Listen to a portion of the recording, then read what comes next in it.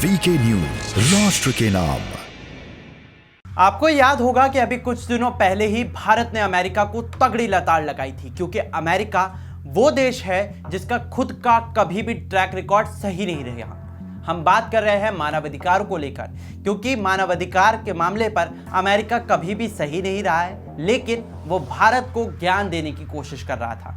अब ठीक उसी तरह से भारत ने WHO की भी क्लास लगा दी है। आखिर कैसे, आगे आपको हम इस वीडियो में दिखाएंगे। नमस्कार, जय हिंद, वीके न्यूज देख रहे हैं आप, मैं हूं आपके साथ अमन।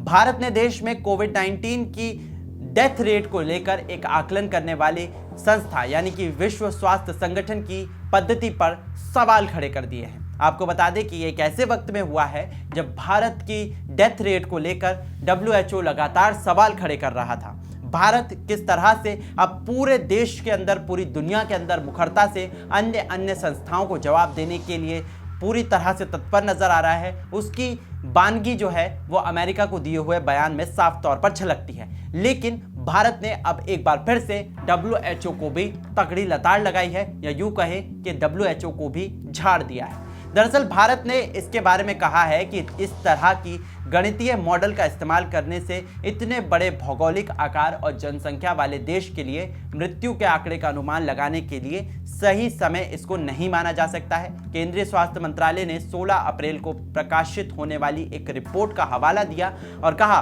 कि भारत वैश्विक कोविड मृतक संख्या सार्वजनिक करने के लिए WHO के प्रयासों को बाधित कर रहा है। इस बाधित करने वाले बयान पर भारत सरकार पूरी तरह से किलप गई और उसके बाद भारत सरकार ने WHO को 2 टूक में जवाब दे दिया। इस शीर्षक वाले लेख में जवाब में यह कहा गया है कि मंत्रालय ने इस बात को साझा किया है कि देश ने विश्व स्वास्थ्य संगठन के निकाय की ओर से अपनाई जाने वाली पद्धति पर कई बार अपनी चिंताएं व्यक्त की हैं। मंत्रालय ने अपना एक बयान भी साझा किया और कहा है कि भारत की मूल आपत्ति नतीजों से नहीं रही है, बल्कि इसके लिए अपनाई जाने वाली पद्धति से ही रही है। स्वास्थ्य मंत्रालय के अनुसार भारत ने WHO को लिखे 6 पत्रों समेत कई औपचारिक संदेशों के जरिए अन्य सदस्य देशों के साथ इस पद्धति पर चिंता व्यक्त की है। और साथ ही साथ भारत सरकार का यह भी कहना है कि जिस तरह से आपका आकलन करने का जो तरीका है, जिस तरह से आप इस चीज को मेजर करते हैं, जिस तरह से आप कहते हैं कि भाई इस देश में इतनी डेथ रेट है, उस देश में उतनी डेथ रेट है, तो ये भी हमें गलत लगता है, क्योंकि भारत की जनसंख्या बहुत बड़ी है। भारत का भौगोलिक स्तर भी देखा जाए तो बहुत बड़ा है।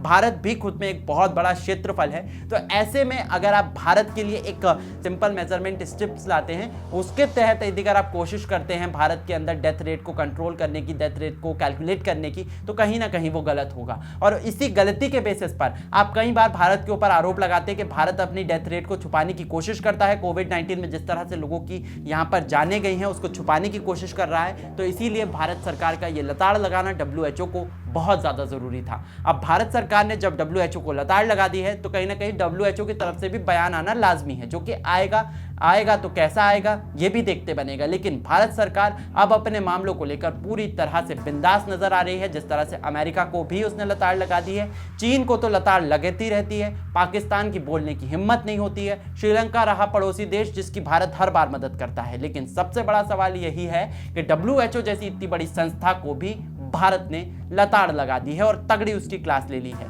अब क्या कुछ आपका कहना है इस बारे में, आप कमेंट सेक्शन में हमें जरूर बताएं। बाकी देश विदेश की खबरों से जुड़े रहने के लिए देखते रहिए वीके न्यूज। नमस्कार।